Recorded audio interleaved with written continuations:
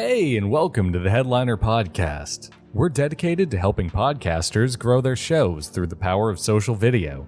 A big thing we like to talk about over at Headliner is how important the discoverability of a show is, or to put it in other words, how likely a potential listener is to find your podcast when they're looking for something to check out. It's a big subject in the podcasting community, and is something that comes up all the time and that's trying to be solved in a ton of different ways. While we here at Headliner usually focus on ways to boost your podcast engagement and listens through video, I thought we'd do things a bit differently on today's episode, and that we should focus on ways to make your podcast itself as discoverable and accessible as possible. This episode was partially inspired by a podcast creator that we here at Headliner put out a little while ago to help show hosts figure out ways they could better optimize their RSS feed. Our podcast grader is available over at podcastgrader.headliner.app, and it's a quick and easy way to scan your RSS feed to see how search-friendly and optimized it is. It searches for a number of criteria that include whether or not your show is on major podcast players, whether your RSS feed mentions your social media pages on it, and whether your podcast host has an integration with Headliner to make promoting your new episodes with video as easy as possible. And if you haven't checked out our podcast grader, I definitely recommend giving it a whirl. All you need to get started is a link to your RSS feed, and you can visit the grader by following the link in this episode's show notes.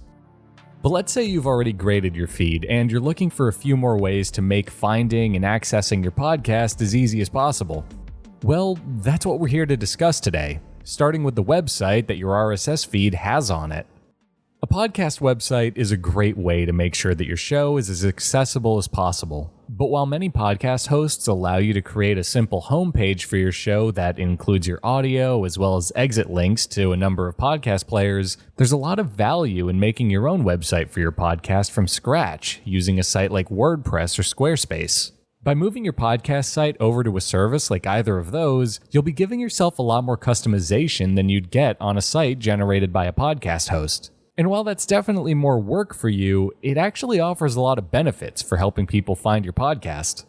That extra customization can come in the form of a personalized landing page, being able to send your listeners to a wider variety of podcast players than you may be able to from a site by your podcast host, or everyone's favorite tool, SEO.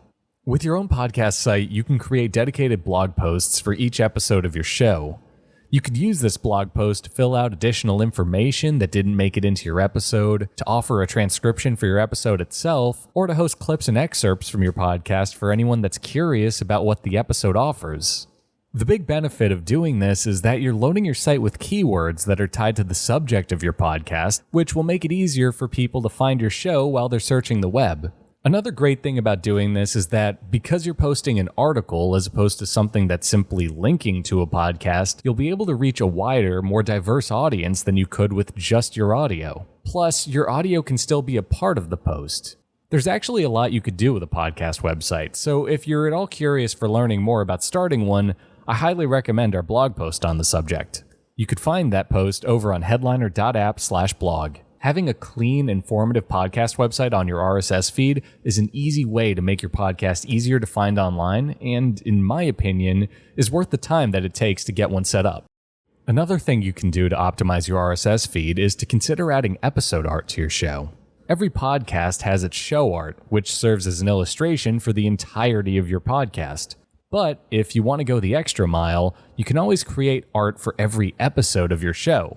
While this may not directly lead to more downloads for your episodes in itself, I think this is a great move for podcasts in specific genres. Some of the types of podcasts that could benefit from episode art are interview or research-based shows, due to the subject of each episode being a little different than the previous one. An interview podcast that serves as a great example of a show with episode art would be Off Camera with Sam Jones, a show dedicated to interviewing famous actors and musicians. Each episode features a headshot of the guest that was taken by the show's host, who's a well-known photographer in Los Angeles.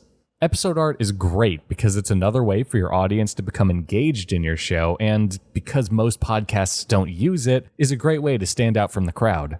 Plus, if you're a Headliner user and you're signed up for our automated podcast videos, our site actually uses episode art for its clips. That means that any of your podcast videos that you're sharing on Instagram are going to represent that episode specifically, as opposed to your show as a whole, which is great for helping diversify the content on your feed. Having episode-specific art is great for promotion because it's tailored specifically for the biggest draw of that episode, the subject that makes it unique. And plus, creating episode-specific art doesn't necessarily have to be a long or tedious process. Thanks to tools like Canva or Photoshop, if you're looking for some additional functionality, you could easily set up a template that gets updated and tweaked each week to fit your new episode. And then from there, it's as simple as applying that artwork to your new episode. The third and final way to optimize your podcast feed that we'll be covering today is remembering to make sure that you've set it up to include mentions of your social media pages on it.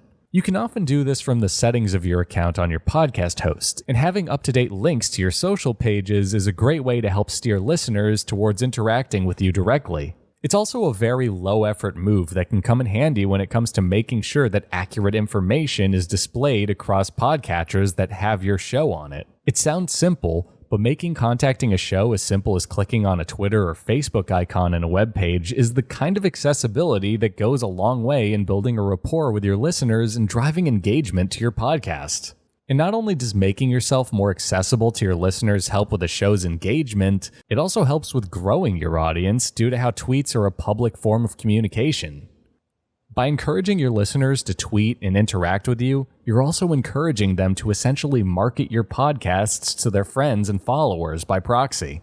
Having and maintaining a healthy and up-to-date RSS feed is a great way to gather the various pieces of your podcast and your marketing into a single, succinct package.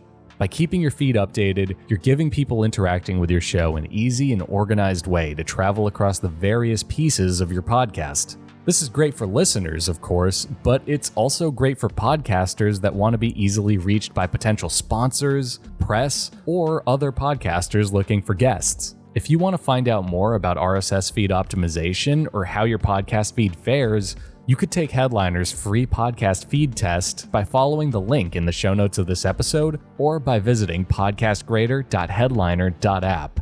And with that said, that brings us to the end of this episode of the Headliner Podcast. If you want to use the power of video to share and market clips from your podcast on social media, feel free to check out headliner.app in order to create a free account and start creating videos. And if you want to learn more about what we're working on over at Headliner, feel free to sign up for our weekly newsletter by visiting headliner.app/newsletter. I hope you guys got some value out of this episode of the Headliner Podcast, and I hope you have a great day.